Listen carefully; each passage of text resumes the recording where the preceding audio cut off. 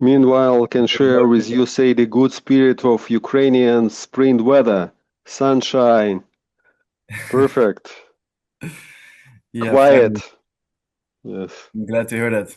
I'm glad to hear that. Okay, welcome everyone. Sjoerd, you can go to the next slide. Before I open this webinar, I want to first go with you through the webinar setup. So today we'll have a 30-minute in-depth analysis with Vlad Kalobitsky from LArive Ukraine, who just already said something about the spring weather in Ukraine, which is really great. Miriam Valstar from Invest International, and Thomas Menting from Aircrete. Then we'll go into the 50-minute live Q&A session. Mind you, there's no open chat, and all interaction takes place through the dedicated Q&A function. Also, mind you, the webinar will be recorded. So when we get into the Q&A session, you can submit your question at any time. And if your question has already been submitted, you can upvote it instead of resubmitting. During the Q&A, I will be moderating and I will select and read out questions based on upvotes and relevance. Not all questions may be answered, but of course, there's plenty of time to answer unanswered questions via the email after the session. So upvoting is basically you can thumbs up one question and we hear the echo. Okay. Let me switch.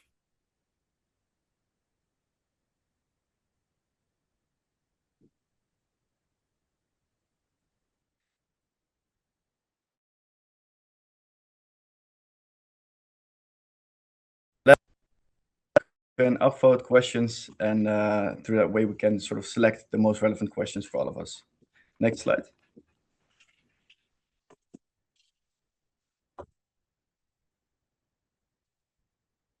So today, what we'll be discussing is I will start with an introduction from LArive and LArive Ukraine. Then our partner Vlad will tell something about the forward scenarios for Ukraine, the situation as is and current landscape, sectoral opportunities in construction, decentralized energy, financing pathways, and recovery instruments.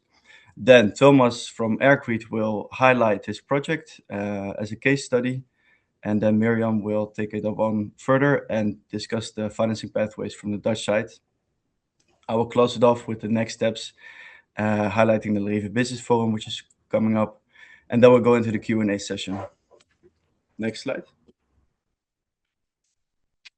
So my name is Pieter van Dalen, and I've been working at LArive for over a year now. I'm a emerging markets advisor. And LArive basically is a development advisory firm specializing in emerging market entry with over 50 years of experience. We have 25 local partner offices, and we operate in more than 50 countries, meaning a lot of experience on the ground, but also over time in various sectors from agri-food to energy to construction. At the same time, we're very well equipped in building consortia and partnerships, and have been doing that for quite some time now. Vlad from LArive Ukraine has been a partner for us for over 30 years, and we look back at this time with a lot of proud and good memories, and we're also keen to continue this collaboration. And of course, given the current context, it's important that we highlight the opportunities and the challenges and the situation as is. Hence this webinar as well. So Vlad, I would like to give the floor to you to further discuss your part. Next slide. Thank you, Peter, and welcome all participants of this webinar. And with the following slides, I would like to share with you some information about, the opportunities specifically for Dutch businesses in Ukraine related to the reconstruction and recovery Ukrainian economy. First of all, a few words of introduction. My name is Vlad.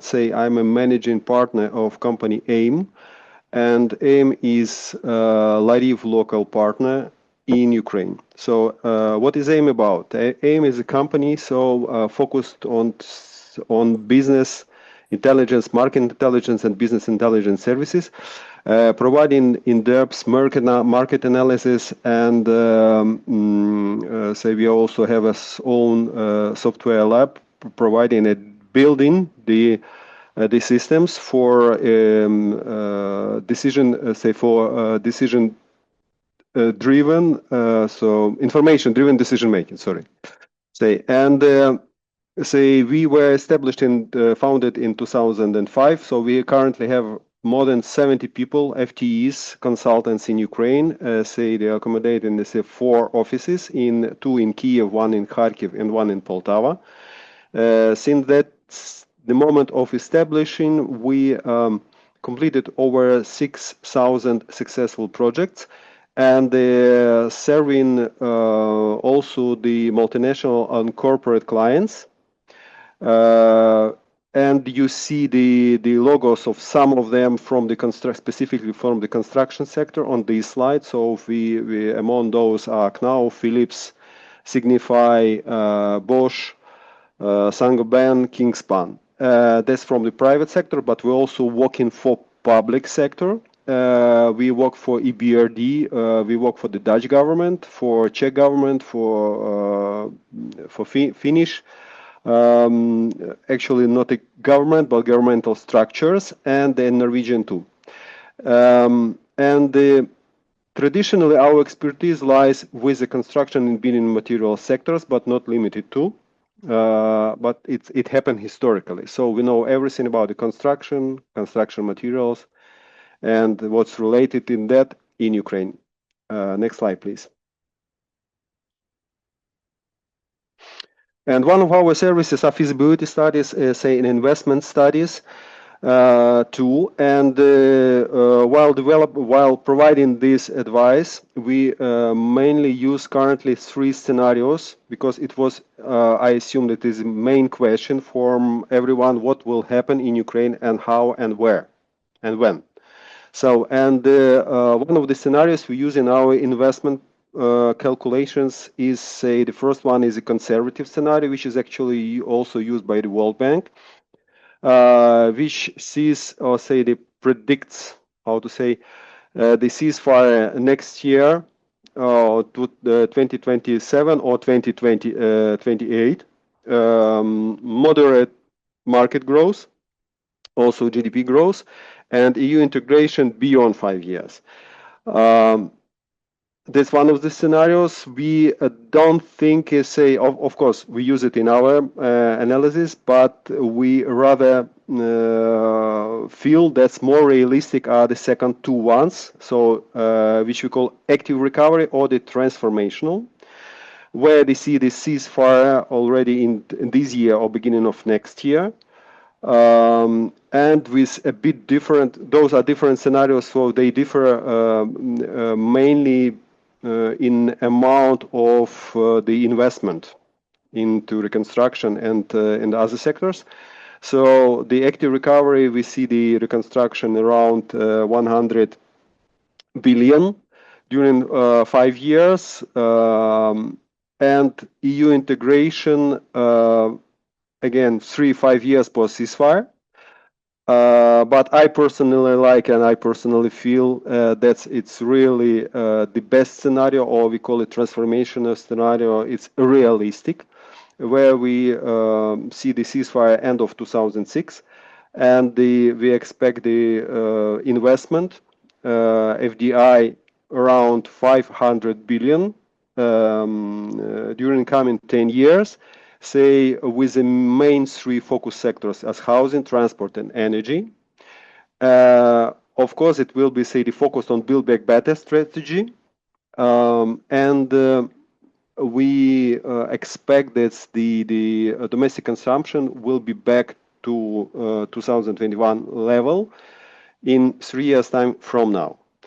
And this is scenario we see the signs in our analytical approach, so that it is realistic. So I personally hope that ceasefire end of this year or the early beginning of next year is really it will happen.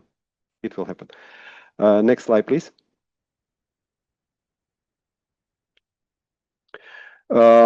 This is, give you a bit of figures about the needs of on key sectors for recovery and reconstruction. These figures are based on RDNA, rapid damage and need assessment provided by the World Bank. RDNA 5, so the latest RDNA report. And as you see, so the major needs are in infrastructure and social sectors. Infrastructure is 209 billion US dollars, and social sectors 258 billion dollars in a 10 years horizon. So this I would like to stress, it's not at the direct damage. Direct damage is less, but the total needs for recovery and reconstruction are around 588 according to the latest assessment. Of course, the figure grows every day because the war continues. But I think, say, before the ceasefire, so the figure could be no more than 600 billion, and still, this is already the huge figure. Just give you comparison, the figure for the comparison. So that's the costs are 3.5 times higher than the Marshall Plan in inflation corrected, adjusted dollars. So we are talking about the project which is the largest rebuild effort since the World War II, the second. Next slide, please.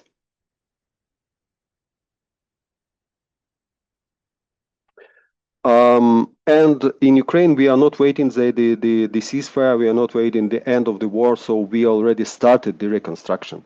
And this is give you the idea about how the construction volumes are growing since 2022, yes. And 2000, in the last year, 2025, the volume of the construction market was approximately 5.3 billion, say, euro. Of course, it's not the all distributed evenly, but say the key drivers were the critical infrastructure rebuilding and the military objects. That's for sure.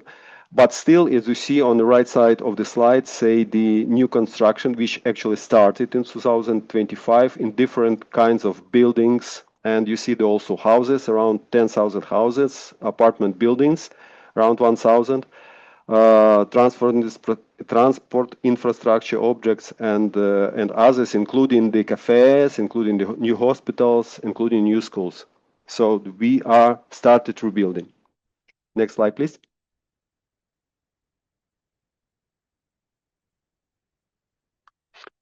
And in order to perform these huge construction efforts, we of course need a huge volumes of construction materials. And even before war, it was a deficit in construction materials in Ukraine. But after the damage after the damage of the construction building materials manufacturing plants, but also the huge level of damage as such.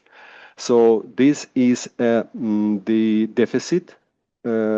Just an example in several segments of the products related to the buildings. So if you take only a few of them, so which are basic ones for any construction, the paints, primers, dry construction mixes. So we see the deficit.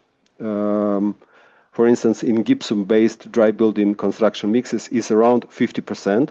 It's for the beginning of 2005 comparing to the baseline of 2021, but also in other segments too. But I would like to have one remark in cement-based dry construction mixes. So the market is expected to be balanced because the last year the two new plants were commissioned and started production, one of Kreisel, another one of Kowalska Group. So that's a really modern, say the biggest, I think really modern and very good, say examples of the our plan, how it's built back better, is already becoming into the practice. Next slide, please. So on this slide, there is a summary of the necessities and say where they could be the potential for the Dutch companies. So I would like just to put your attention to the few main features of the market. So the except of the big needs, we also need, so there is a big need in construction specialists. So there is a really labor deficit in, say, in a market, resulted also from several factors, but also the war as such. And the result is that we have a shortage of construction specialists, and also there is a need for modern technologies which are not so labor intensive. So that's, and it will, this need will grow definitely. So that's a kind of could be one of the market drivers. So another important thing, so there's severe energy shortages due to the infrastructure damage, limit the construction, say the time, so increase the construction time, and that one thing. So there is a need for the technologies related to the energy efficient construction technologies, but also the technologies which can support the uninterrupted power supply during the construction. But also one of the driving factors is the alignment of Ukrainian legislation to the EU Energy Performance Directive, which also will require, they say, for almost every new construction. It's not so strict, but say we expect that this will be the strict rules applied next year on 2028. So there's new requirements for the energy emission of the buildings will be applied in Ukraine too. So it goes that they see the immediate opportunities for the Dutch companies, not only limited for these sectors, but there's other main ones. So in prefab and modular housing technologies and nearly zero energy buildings and HVAC systems, and of course smart city planning, which is also important. Next slide, please. A few words about the energy. Everyone knows that there are about the severe damages of energy infrastructure, which continues actually by Russians, and result of that is that decentralized generation is a national priority, is actually national policy. So that's the re-establishing, rebuilding of the energy system. So from the centralized to decentralized, but also with a huge component of the renewables and green energy. That's one of the priorities, these national priorities, and also the initiatives of the local governments are also supported in that. So you see the figures. So we have a really big deficit of power, specifically in winter loads, during the winter loads, and resulted the record electricity import, say for 2025, and specifically in the winter 2025-2026. And the total 10-year reconstruction are estimated around 100 billion US dollars, depending from the size of the reconstruction, from fixing to build back better approach. This one of the, also as I already mentioned, one of the sectors to focus is the clean energy, and which results, summing up, results the opportunities for Dutch companies in several subsectors like integrated microgrids, in services in municipal energy planning, because it's very important to switch from the centralized generation to the energy islands, and other approaches in smart grids, in energy, better energy storage systems, and clean energy technologies. Next slide, please. And on this slide, we see the immediate priorities for and available financing for 2026. distributed by sectors. And we see this, the biggest need is in energy extractives, in transport, and the housing. Where is the housing? Yes, housing here. So in a blue columns, you see the secured financing. Secured financing means from the state budget and from international commitments. And yellow one is still the financing gap, which expected to be covered by the private investments, but also another international initiatives. And figures are huge, but say still the available financing, say, it's also a big one. And it is secured financing. Currently, it's mainly by the international financing organizations and bilateral financing from our friends from other countries. On next slide, I'll give you a few examples of that. Next slide, please. So what there you on this slide we see the several financing facilities, mainly by IFIs. And on the left side, say, and also distribute, say, the sectors where they are active. So we see this, we have a different kind of projects active in Ukraine. So the mainly financed by the World Bank or the financing arm as IFC of the World Bank.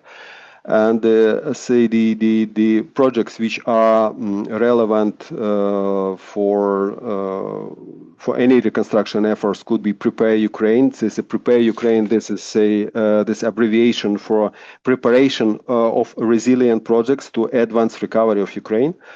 And the total amount of this facility is 200 million US dollars, with immediately available for 2000, I think, for this year and for next year, around 44 million dollars in grants for preparation of the projects. There is a Relink project, which is not only in rails and ports, actually they are also in all infrastructure. And the DRIVE projects, which was approved in 2025, it's abbreviation of Deliver and Resilient Infrastructure in Vulnerable Environment in Ukraine, with a total available financing of 507 million. So it was approved of the last year. And but still, as you seen on the previous slide, there is a huge gap, and say Ukrainian governments are now working on the identifying and developing the mechanism for the private investment, say to also including war insurance, so to attract as much as possible private investment to recover Ukraine. I think I utilized already my time for that, and I would like now to pass the floor to the next speaker. And Yes. actually, say it was the company Kovalska Group is our client, and we help to provide a feasibility study for Kovalska for this plant, which Okay. Thomas will explain now. Thank you. That's very nice. Thank you very much, Vlad. A lot to tell, and of course, there are not enough minutes to talk about this. But thank you very much, and Thomas, the floor is yours. So next slide, Sjoerd.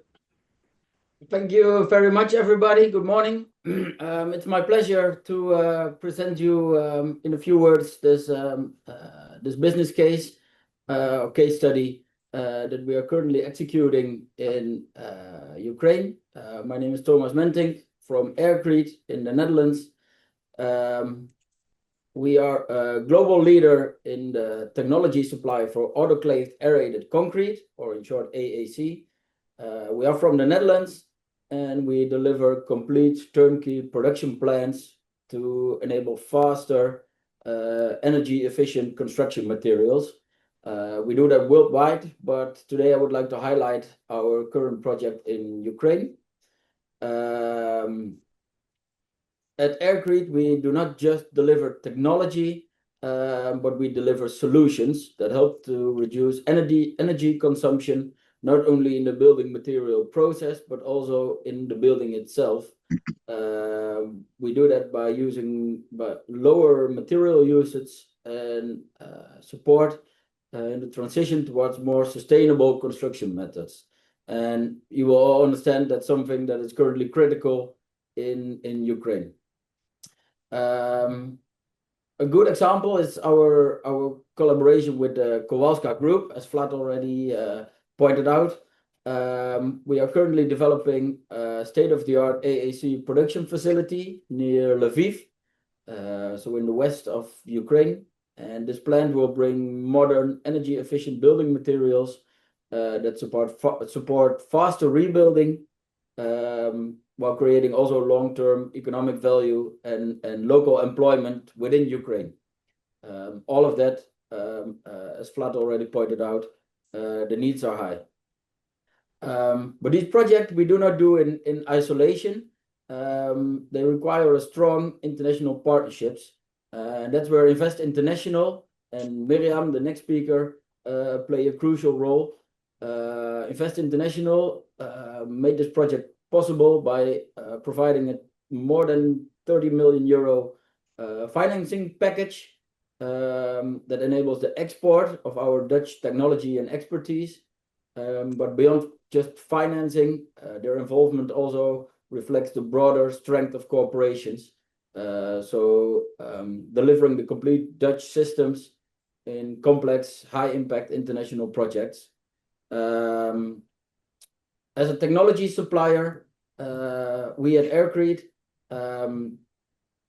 these financial institutions like Invest International or the World Bank are fundamental, and government-backed instruments like the Dutch Good Growth Fund, which we used, are a great example of that.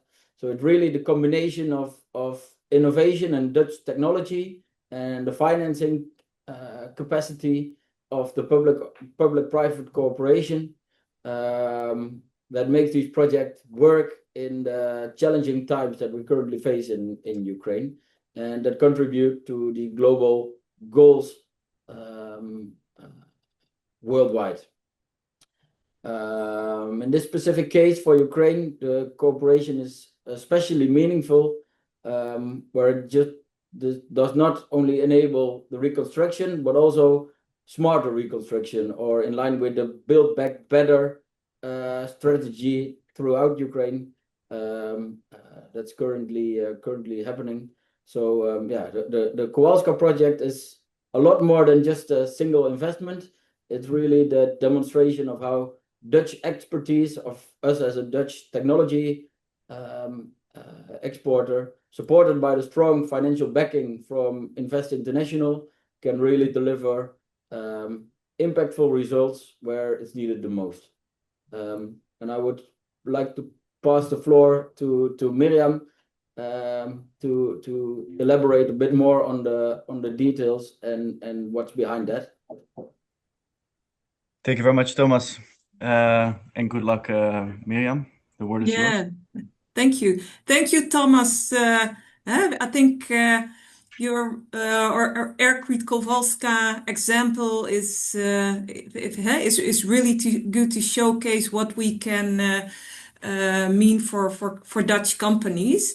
And I must say, I really admire how you went about it, because also you started actually this project in the beginning of the war, when there were not a lot of financing means available. So normally you would finance these kind of transactions with export credit agency cover, which was not yet available because of all of the risks.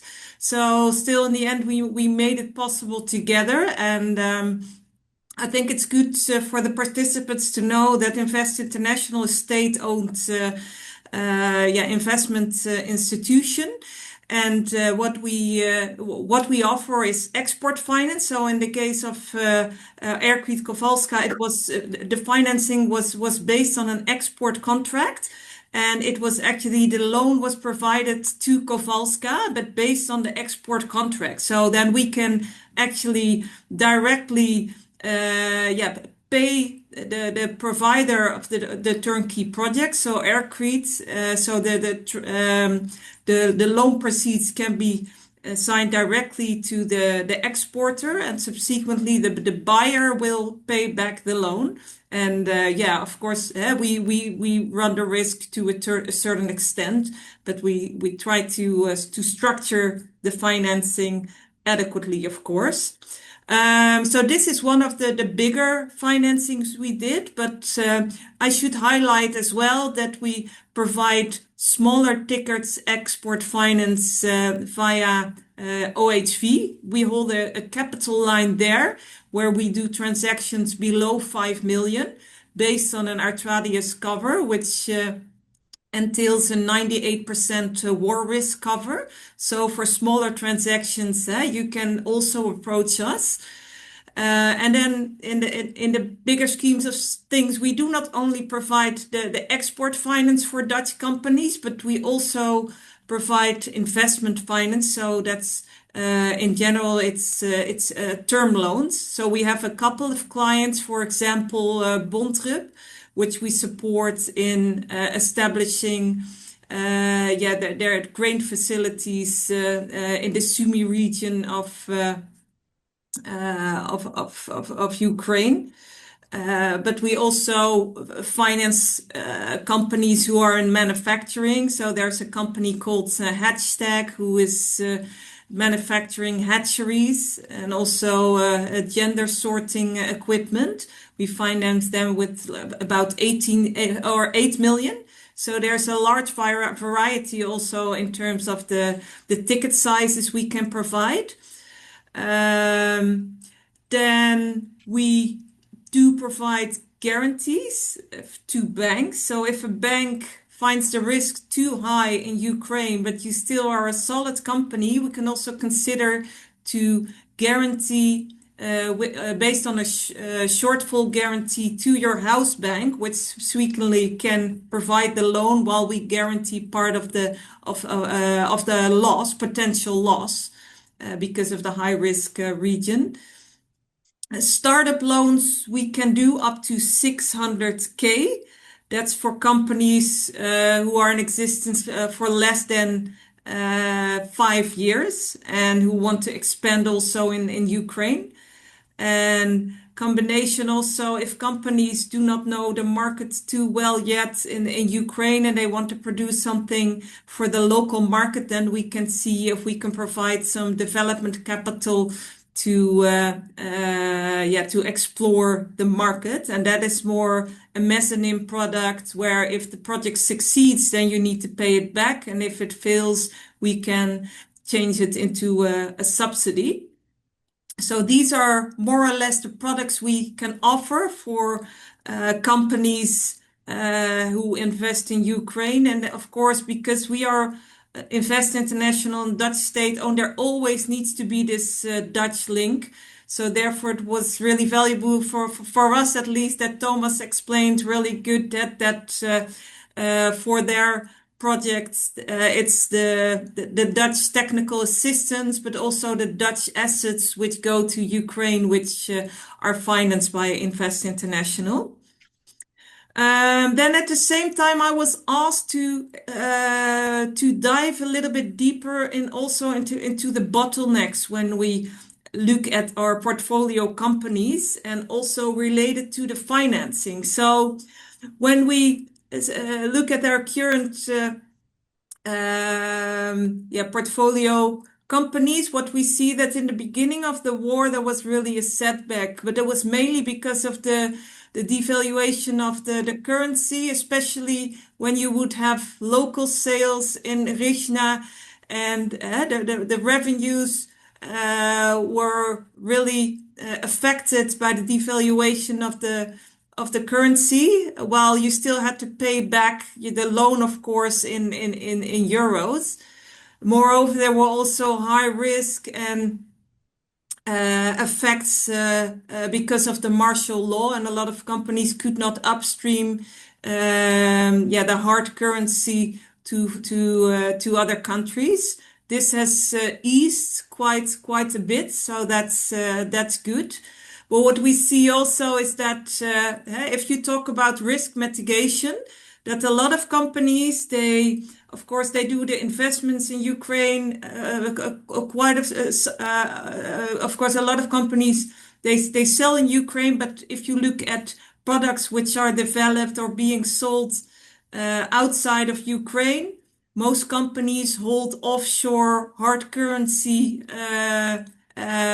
sales, which is managed by an offshore entity. And I think that really helps to mitigate the devaluation and the FX risk. So that's good to see that that worked. I must also say that in the beginning of the war, our portfolio was lagging a bit behind and there were some defaults. But right now, the companies are on track and there are no defaults anymore. So that's a good sign.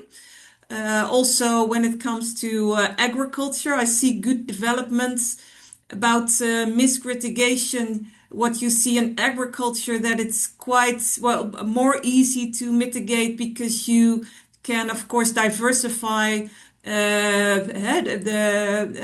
places where you grow your crops. So if you have a drone attack, it affects only a limited part of your business. And moreover, what we see is that companies, of course, they hold all their equipment in different places. So that's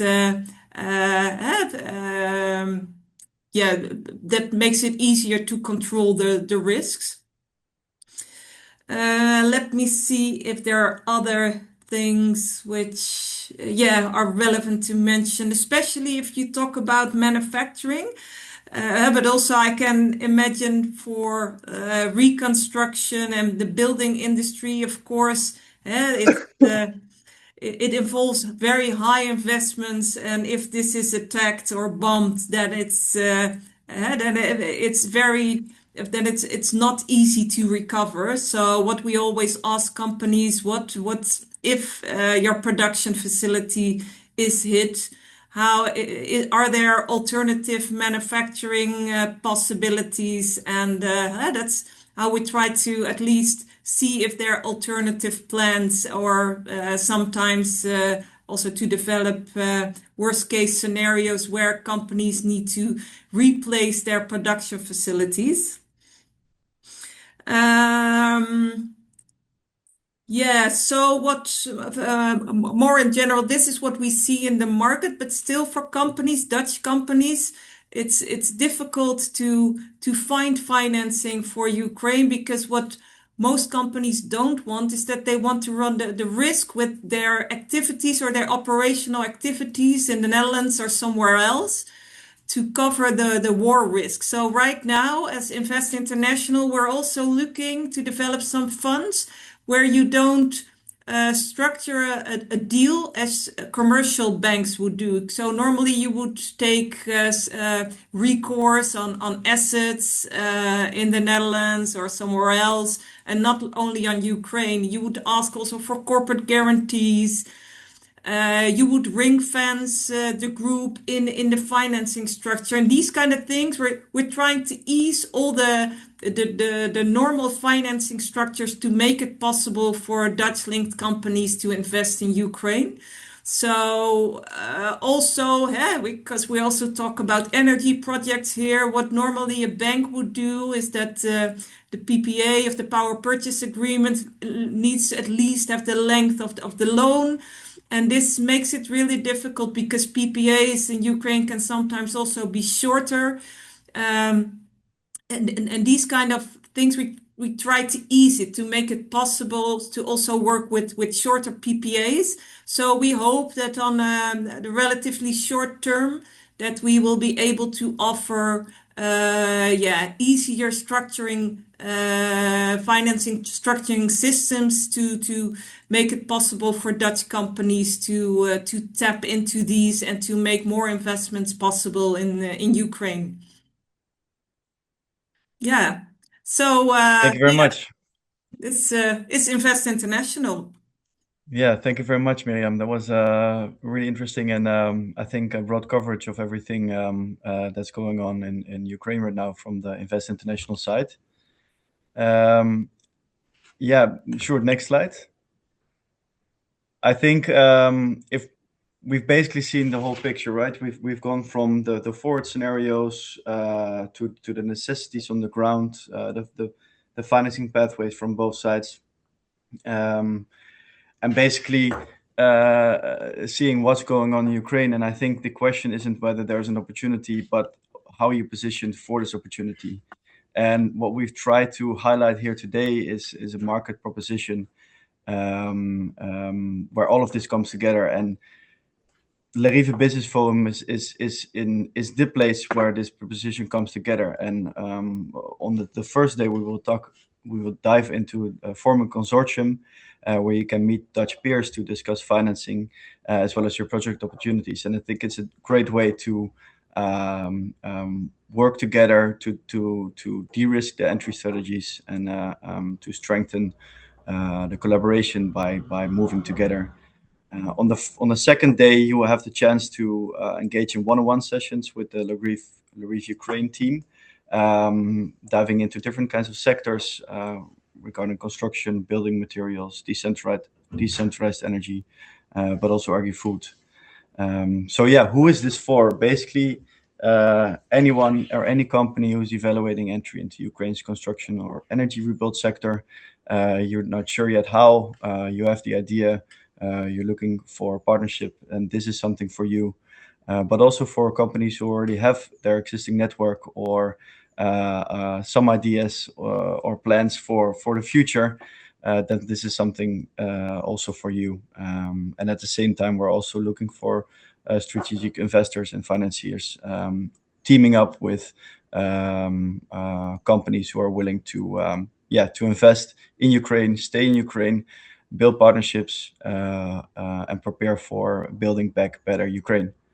So if you have any questions regarding the LArive Business Forum, you can email me. You can register also for the Thursday. You will meet Vlad and his team in Zeist, free of charge. So that's something I think is a great proposition. But without further ado, I am sure there are a lot of questions as well. So I want to go into the Q&A. And we already have some questions.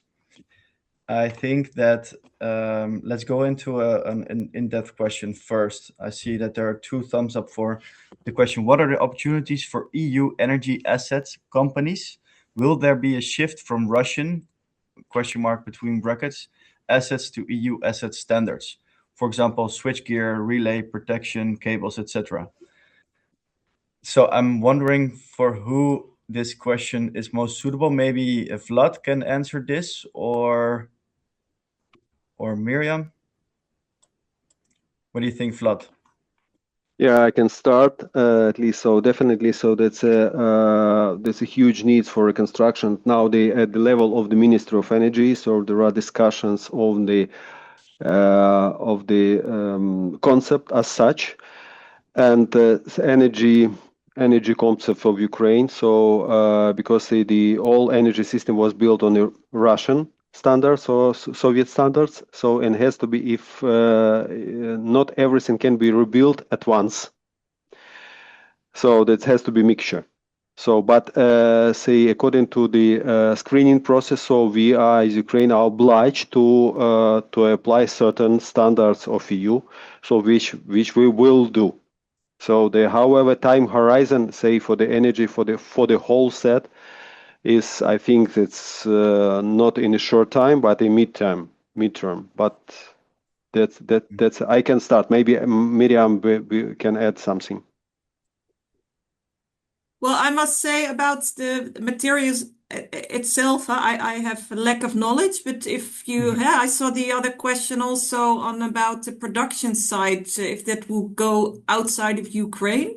I must say that I talked to quite a lot of companies who are planning to establish production plants just outside of Ukraine and then primarily Poland. because the risks are quite low there. Also, there are quite some financial instruments which can facilitate companies to start there. So that's what a trend which I see, especially in construction. Yeah. Yeah. Do you have Vlad? Do you have anything to add to this question? Yeah. So it depends. It depends from the kind of construction materials. Yeah. Yes. From one side there is a risk. From another side, so there is, say, the cost of the transport, and which are important to take into account as well. And say we currently, I know a few examples of the World Bank projects, or say in the World Bank. So the World Bank is prepared to finance or considering to finance, and all of them say are for building the construction materials manufacturing plants in Ukraine. So the, for instance, flat glass manufacturing, so together with Japanese manufacturing, the company, etc. But I think, say that's a combination. That's indeed the combination. Yeah. Also, because the transporting the aerated concrete, so materials, it's not feasible from abroad. Yeah, but that's clear. It has to be in Ukraine, so it has to be near the site of construction, as close as possible. Okay, say, but generally, so this approach is, say, the mitigation of risks. So this applied, and in other sectors too, primarily militech and dual use. Yeah. I have a follow-up question for the question you just answered, and that is, if you start a project or a plant in Poland, will it still qualify under the Rebuild Ukraine program? I think this is a question from Miriam, right? Oh yeah, I saw that question indeed in the chat. Well, I would doubt that. I don't think so, but I'm not 100% sure. And then, of course, the question is, if you subsequently export your materials to Ukraine, maybe that specified project would still be qualifying under the Rebuild Ukraine program. Yeah. Okay. Thank you very much. I think, of course, it's a bit double, less risk if you build in Poland, but shorter, I say, value chains if you build in Ukraine, and you help to strengthen the sector there as well a bit more. So the next question is, which infrastructure projects are the top priorities for investment in the near future? How do you select projects? Vlad, do you want to answer this question? So there are different dimensions. So the first dimension is, say, the state priorities.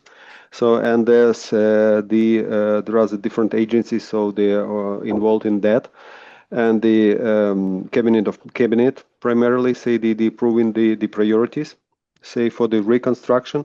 But say they are also, if we do dive deeper into the specific sectors, there are some priorities in each sector.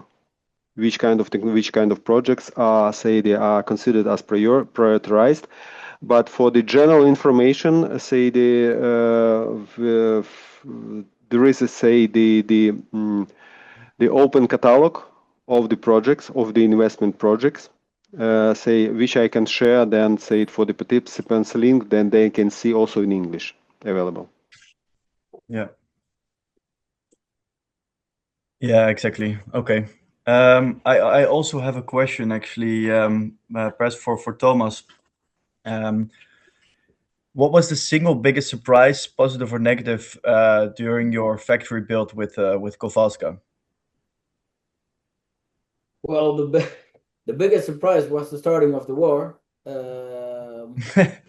a negative side. Yeah.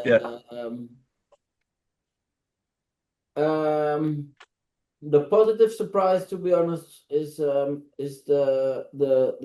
strength and the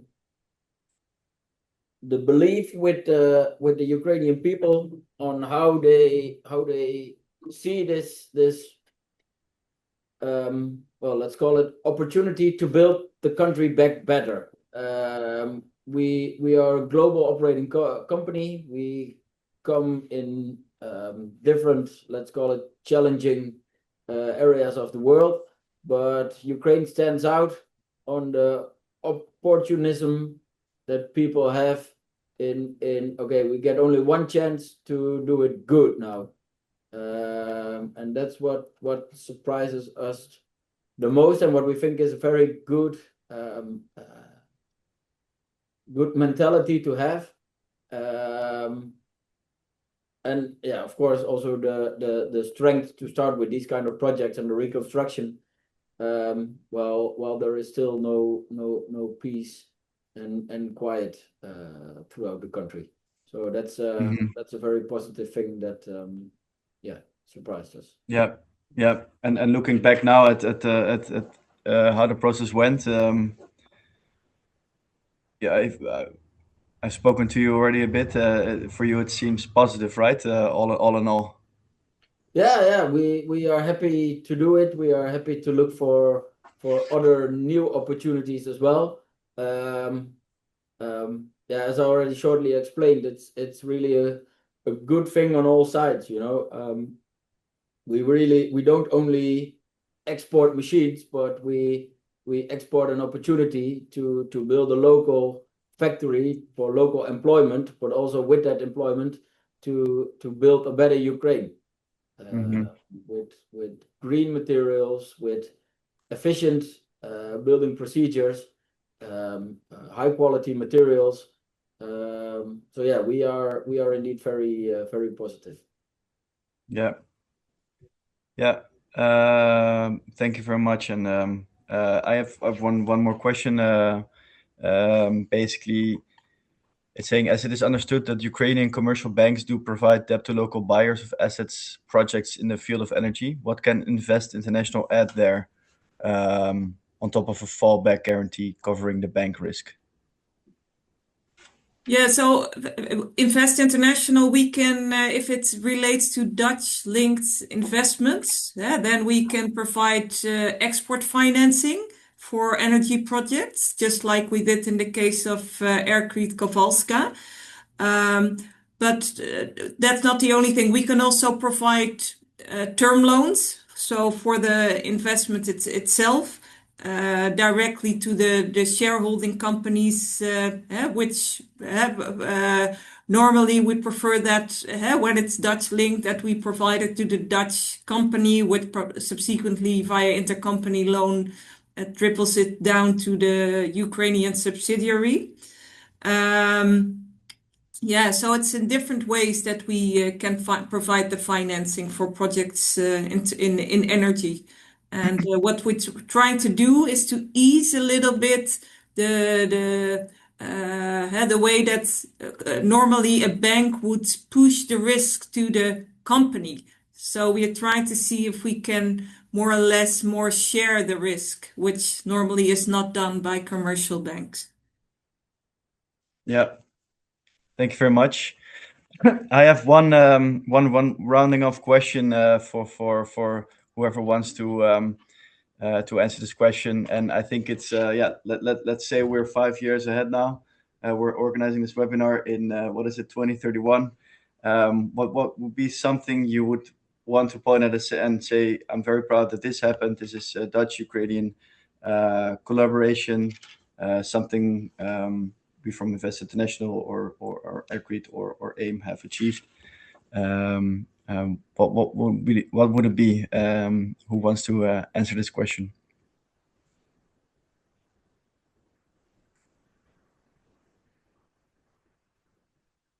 I hope that Ukraine will be at least partially back to the beautiful country it was and is, but mainly was a few years ago before this whole aggression started. So I hope that we can say in 5 years that the Building Back Better program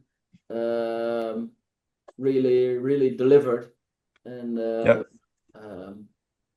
of course, it will take more than 5 years to build back everything, but at least doing it good, we believe really makes sense. Yeah. Thank you very much. That's a good answer. Yeah.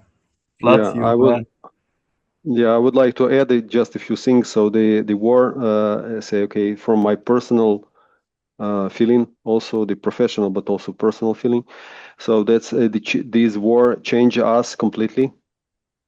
Say, and they influenced they made a very big influence from different dimensions. And what we believe on, so we believe, say, they be on this opportunity, as already Thomas mentioned. That's opportunity to change ourselves, say, to build back better, much better than it was. So that's in order to build something new. So sometimes the older system has to be destroyed.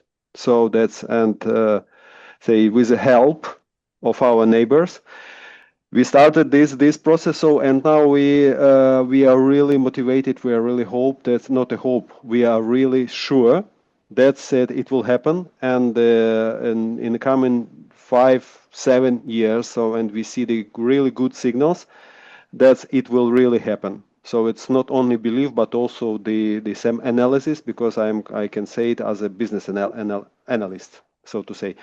But what I would like personally to say for all the participants, thank you very much for this, for joining this webinar, because it shows the interest for our Ukraine, and thank you also for your for the friends and for all our friends, for all the support you provide, because it's really valuable. It's from the deep of my heart. Thank you very much. Thank you very much, Vlad. Those are true words spoken, I think. On that note, I would like to round this off, and indeed thank everyone for participating, for asking many good and relevant questions, and let's continue to working together on rebuilding Ukraine. Thank you very much. Thank you. Thank you very much. Thank you. Bye-bye. Bye. Bye-bye. Thank you.